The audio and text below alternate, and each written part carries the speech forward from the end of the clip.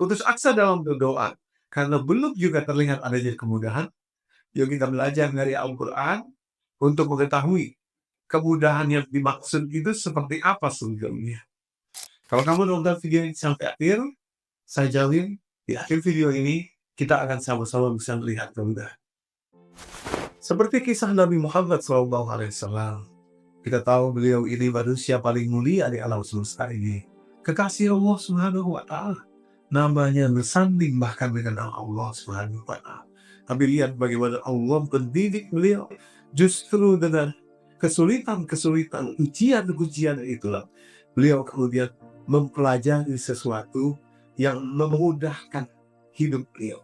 Jadi kemudahan itu ternyata bukan berada di luar diri kita. Ketika sesuatu menjadi sesuai keinginan kita dan lain sebagainya, justru berada di dalam diri kita sebagai sebuah skill yang kita pelajari saat ada kesulitan.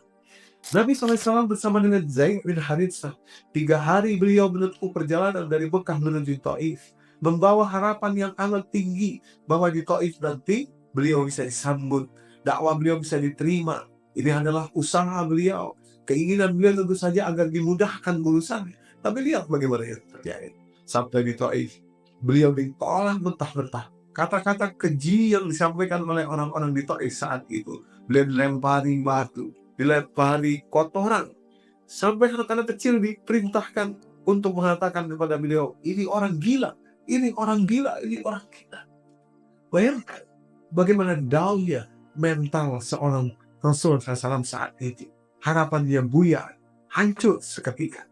Tapi di titik itulah sebetulnya ketika beliau menerima apa yang sedang diujikan oleh Allah kepada beliau, di titik itulah beliau mendapatkan hadiah. Kita bisa melihat itu dari rekaman doa beliau, dari doa yang beliau sampaikan.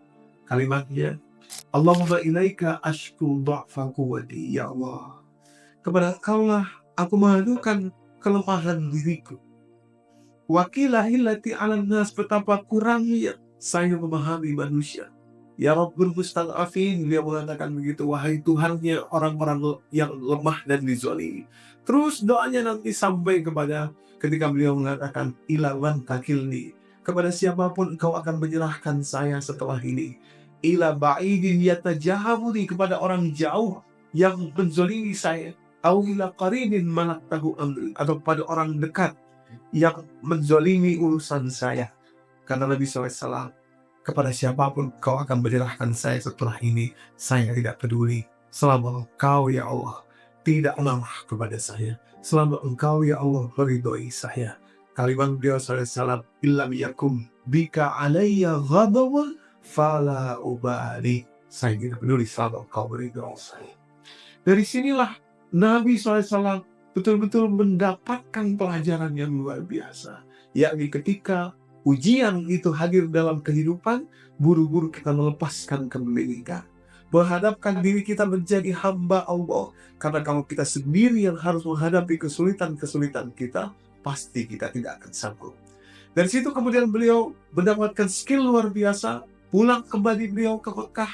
Rupanya di sini beliau mempelajari bahwa berikutnya ada strategi, ada planning yang lebih baik lagi yang beliau susun untuk langkah berikutnya.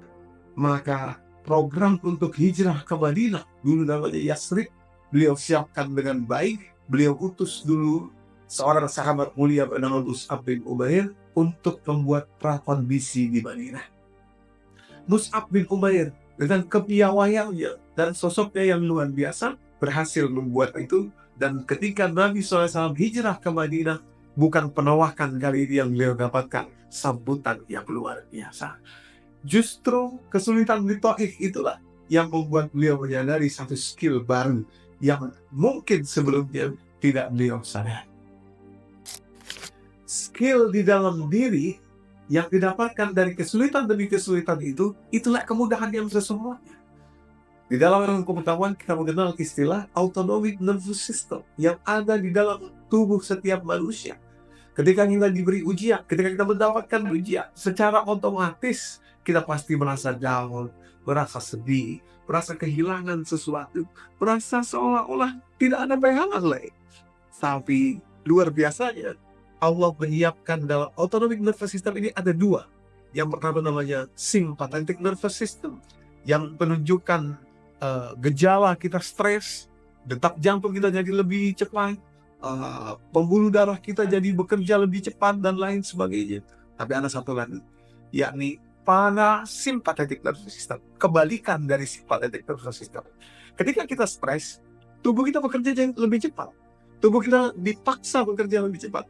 Tapi begitu kita bisa melepaskannya, seperti yang Rasulullah lakukan tadi, tubuh kita jadi bekerja lebih lama, jantung kita jadi bekerja lebih lama. Saat itulah mengalir satu hormon di dalam tubuh kita, namanya asetilkolin.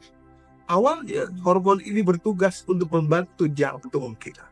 Tapi fakta menemukan bahwa hormon ini bukan hanya bekerja untuk jantung, tapi bisa masuk langsung menembus ke dalam bagian otak hipokampus kita.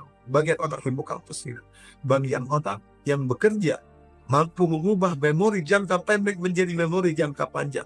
Dengan kata lain, orang jadi lebih pintar, jadi lebih jenius, jadi lebih paham situasi dan kondisi dengan adanya hormon asetilkolin yang hanya ada setelah Anda mendapatkan ujian dan berhasil melepaskannya. Inilah kemudahan yang sesungguhnya. Maka itu di dalam Al-Quran, Allah mengatakan kepada kita semua dalam ayat ujian, Quran surah kedua, Al-Baqarah ayat 155-156, وَلَنَبْلُوَنَّكُمْ بِشَيْءٍ مِنَ الْخَوْفِ وَالْجُوعِ وَنَقْصٍ مِنَ الْأَمْوَالِ وَالْأَنْفُسِ وَالثَّمَرَاتِ. Ujung kalimatnya, wa basyiris sabirin. Kata Allah, pasti kami akan menguji kalian. Ujiannya bermacam-macam jenis. Tidak bisa kita menghindar dari ujian ini. Tidak bisa kita ingin ujian tidak datang. Tidak bisa. Karena Allah katakan pasti. Hanya saja bagaimana kita merespon, itulah yang akan menjadi kemudahan di dalam diri kita, menjadi skill baru bagi kita untuk melalui kehidupan kita dengan lebih baik lagi. Kalimat Allah, wa basyiris sabirin, sampaikan kabar gembira kepada orang-orang yang berhasil sabar. Siapa mereka? Perhatikan kalimatnya, allazina iza asabatuhum musibah qalu inna lillahi wa inna ilaihi raji'un. Mereka adalah orang-orang yang berhasil melewaskan kepemilikan dengan mengatakan, semua ini milik Allah, kami milik Allah, hidup kami milik Allah, anak kami milik Allah, harta kami milik Allah, dan semuanya kembali di hadapan Allah.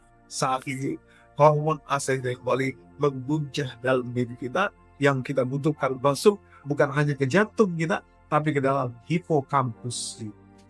Jadi mari ambil tips rambutan ini untuk mampu melihat ke dalam diri kita kemudahan-kemudahan yang Allah siapkan saat terjadinya kesulitan.